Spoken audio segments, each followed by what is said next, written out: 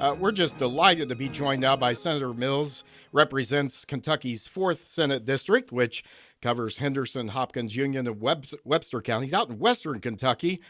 Senator Mills is a member of several committees in the Senate, including the Natural Resources and Energy Committee.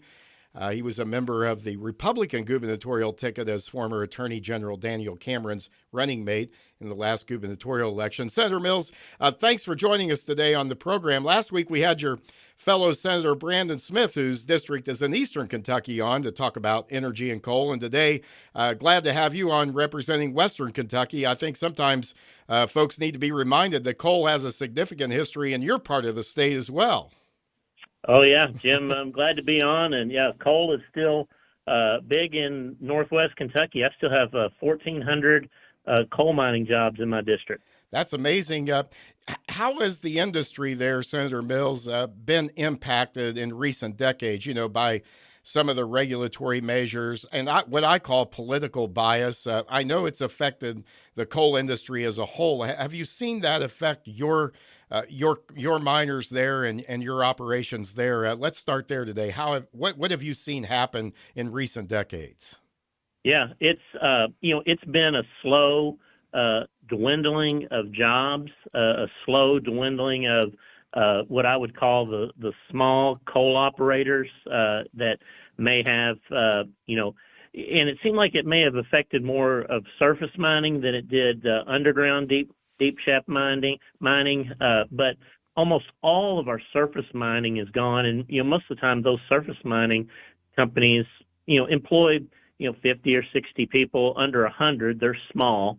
And it seemed like that the regulations that the Obama and Biden era regulations related to clean air and water regulations that were basically unattainable, have just slowly put them out of business. And, it really has been kind of a really slow death, and it may not have been as much as recognizable here in western Kentucky as it has been in eastern Kentucky. But, we've seen all the suppliers that supply those mines and trucking companies have all just kind of slowly disappeared. Yeah, I mean, for every coal mining job, I understand there's we can say 3 to 4, jobs associated with that aren't directly coal mining, but they're affected by what happens with the industry. Mm-hmm. I was really encouraged and inspired, Senator Mills, with President Trump's, not only his signing of these executive orders that will, I hope, put coal on a more level playing field, at least. But I was inspired by his recognition about how important coal is still and the fossil fuel industry is. And his recognition that we've made a lot of progress when it comes to, clean coal and the technology that allows us to be much more environmentally responsible with this. Did you feel the same way about that? What are your thoughts about what the president is trying to do? Yeah, I've really felt the same way. I think it's important to note that, when President Trump was in office, when he first came in office in his first term, he did not really know the lay of the land in D.C. And I think a lot of the bureaucrats that were put in there during the Obama administration were kept in specifically in the EPA. And so there really wasn't a huge shift of policy, environmental policy related to coal and energy in particular in his first administration. But I think he's recognized that in this second administration, he's kind of rocking the world in D.C. and changing everything, including the EPA. So I think it's very relevant that he's noticed that there needs to be major shifts in policy throughout the federal bureaucracy related to coal, specifically, but related to energy. So, I'm excited. It takes a long time to turn the bureaucracy around. Yeah. And, I've been kind of preaching to everybody, these next 4 years are going to be great, but we need legislation and not executive orders are great, but we need legislation. And then more importantly, in order to really turn the tide on energy and fossil fuels, I believe we need another like-minded administration to follow him to really make, lasting changes for our economy and for the energy sector.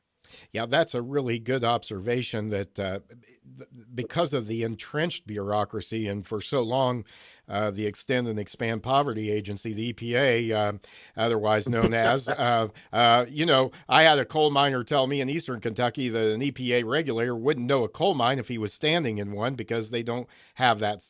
And that was, of course, in a previous presidency and previous Sure. term. But also with these executive orders, Senator Mills, the president is recognizing that there can be some real barriers at the state level when it comes to unleashing energy and accomplishing his goals. And I think to your point, he's recognizing as well more of the lay of the land and the fact that you can do something in Washington, but unless if there's still regulatory barriers at the state level or things that need to be removed, that those might not be as effective. So it seems to me that some of these orders, at least one of them, really instructed the Justice Department to identify, to challenge state and local climate policies that may discriminate against coal and put miners out of production and out of business, and to look at the state level. How important is that in your view? Oh, it's really important. So Jim, environmental policy that relates to coal is all driven by ideology. So if you wipe out the federal government, unfortunately, you still have these 50 little state ideology, individual ideologies in the state. And I think it's one of the best examples to explain that is, the state of Illinois, who we're very, geographically close to here in my district, a year or so ago, they basically decided that they were going to not allow any fossil fuel coal-fired generation plants to exist in Illinois. So they have shut them all down, and I believe there may be one or two left, but they're in the process of shutting those down. And the problem is that, our energy grid is not state by state, but it's region by region. And it just so happens that the western part of Kentucky, a portion of the western part of Kentucky, is in the same grid operator as Illinois. So when they shut down their base load generation coal-fired plants in Illinois, that not only hurts Illinois, but it hurts the whole MISO region, which my area is all involved in. So every time they make an ideological change, it affects us, indiscriminately. And I think that's what the president's getting at, is that the federal government needs to use all of their power to make sure that these individual states aren't going rogue and making decisions that end up hurting multiple states. Well, we're speaking with Senator Robby Mills of the 4th Senate District on Kentucky's Voice Radio. Senator Mills, we're going to take a break. If you could stay with us, we're going to talk when we come back a little more about these executive orders and the impact they could have on Kentucky and on the industry itself and where you see it going and the importance of it even now, even with some of the alternative sources that we have. Folks, you're listening to Kentucky's Voice Radio, and glad you joined us today. We're taping this a bit early today, so we're not taking calls, but you can text us at 502-571-0970. That's the Kentucky's Voice Radio text line. Love to hear your comments on this interview. And Senator Mills, glad to have you with us. Stay with us through the break. We'll be back to talk more with the senator after the end of the hour news break. We're glad, just terrifically happy to be joined today by Senate Majority Caucus Leader Robby Mills, who represents the 4th Senate District, covering a lot of Western Kentucky, Henderson, Hopkins, Union, Webster counties. Senator Mills is also a member of the state Senate's Natural Resources and Energy Committee. Senator Mills, we appreciate you staying with us today. Kentucky's coal industry, it seems, has just had to fight on so many fronts, and it's almost like it's fighting with one arm tied behind its back. On the one hand, we have an increasingly competitive marketplace when it comes to energy. We've got in Kentucky, of course, lots of natural gas as well and other energy competitive products. But what's been so unfair is that the coal industry has had to compete with one arm tied behind its back, as we said, because of all of the regulations, and it's been so unfair. Can the industry recover from all this, and where do you see it going from your perspective and long time, you know, observation of this industry and what's happening? Give us your thoughts on that. Yeah, I think it can survive. I think that ultimately we're going to get to a point to where we have to have the base load generation that can only come from a coal-fired plant in order to stabilize our grid. I am thankful that the Trump administration is in place here for the next 4 years and look forward to some of the changes that can be made. But, I was thinking before Trump was in office for the second time here, that we might have to have some catastrophic changes or accidents in the grid, as in brownouts and blackouts, in order for that to change. You're exactly right. The coal industry has been fighting against regulations that are just not attainable. And these last MAP changes that were made related to air quality by the Obama administration or by the Biden administration were just unattainable, and that's one of the things that the Trump executive orders have given a 2-year reprieve on that.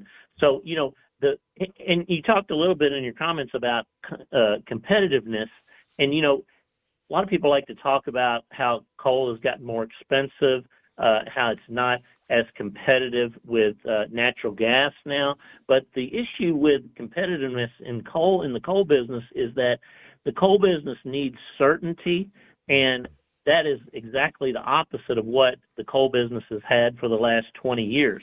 I mean, given certainty where utilities can go into a 10 and 20-year coal buying relationship and know that nothing's going to change, that the rules aren't going to change, that's what brings competitiveness and brings low cost to electricity in the coal business, is a permanency and knowing what's going to happen in the future. The uncertainty has made the coal and coal business more expensive. Less mines, you don't have long-term contracts, so you can't have a workforce that's going to produce that coal effectively and efficiently.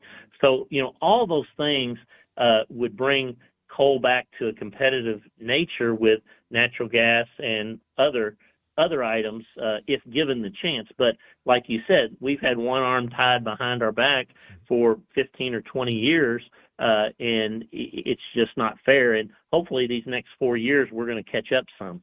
Yeah, and it's not that we're for competition, right? As long as it's a That's fair right. level playing field. And I guess when it comes to some of these alternative energies too, sources, they can be somewhat helpful maybe, but they should have to compete the same way. And we should not be artificially propping up, certainly not artificially propping up wind and solar, certainly not at the expense of a proven supply of energy, which has made our state, overall more competitive and more attractive to business. What are your, are we right? Am I right in my thinking on that? Yes, you are. Not only, the biggest problem with wind and solar is that it's intermittent power. But then the other issues, and you dig in deep, is that, the production of wind and solar actually has an equal carbon footprint, if you're looking at that the coal industry does, but nobody will look at the manufacturing side of the renewables. So, you're exactly right. And the other thing, too, is that the federal government has been giving incentives to move people away from fossil fuels that are hidden. They've been giving utilities and utility managers and CEOs incentives for shutting down coal-powered plants and going to renewables. So if there were some incentives to, say, renovate a coal plant or to do some innovative technologies with making coal burn more effective and more efficient, if there was equal incentives from the federal government, that coal would be in a much better place than it is right now. But there just has not been those incentives, and once again, that's based on ideology of the federal government and the bureaucracy leaning way to the side of renewables, and specifically wind and solar. And regulators who would have us go back to the days of the horse and buggy and outhouses, and I'm not ready to do That's that, right. Senator. That's right. In 2023, you sponsored legislation to make it harder for utilities to retire coal-fired power plants. That's also a move echoed in the president's orders. It is. The question, I guess, and I know Senate President Stivers in his statement about this said that there's an opportunity here that the state can be involved in sort of maximizing the impact of these orders. Are there plans to be able to do this, like, for example, streamlining the permitting processes, offering some more incentives for infrastructure investment into coal? I mean, we can't stay stagnant. We're growing, our population is growing, the demands for energy is growing with AI and with all of and that's going to demand a lot of energy. So what can the state do to maximize the positive impact of these orders? Yeah. I think you may see hopefully some legislation like this session. Senate Bill 89 was kind of labeled a water bill, but it also allowed for some clarity to push back on the Brashear administration that was charging excessive bonding amounts for these smaller coal operators, specifically in eastern Kentucky, that are surface miners. So I think you will see us try to dive into these executive orders and see how we can expedite some of the goals here. We need to be conscious of the environmental factors in any industry that we work with or promote. But once again, you can't let ideology or somebody that's a bureaucrat in Frankfurt, shut down an important business related to energy by, making decisions that are, would cost a coal operator, $20 or $30 million over a year just by changing a bond requirement. And that's what Senate Bill 89 did. But I think you'll see us continue to try to dive into these and see how much we can get new operators and new coal facilities up and running. Even innovative thoughts of, I think the Trump administration would be open to even permitting new coal facilities to be built if they could figure out how to limit the liability to the utilities over the next 30 or 40 years of the life of that coal plant. I'm hopeful that we would position ourselves in Kentucky to where we would be open to be one of those states that would say, hey, we'll build a coal plant or two if you can shield us from liability of future ideology that may not align itself with coal. Well, like so you I think you'll see us in the future doing some innovative things. I'm hopeful. I'm so glad to hear that. I think that's great for our state. Even back when we weren't as competitive as we are now, Senator, the fact that we had lots of supply of cheap energy was one of the main attractive features of our state. We need to get back to that. Absolutely. It's really sad to see that we are almost a net importer of energy now.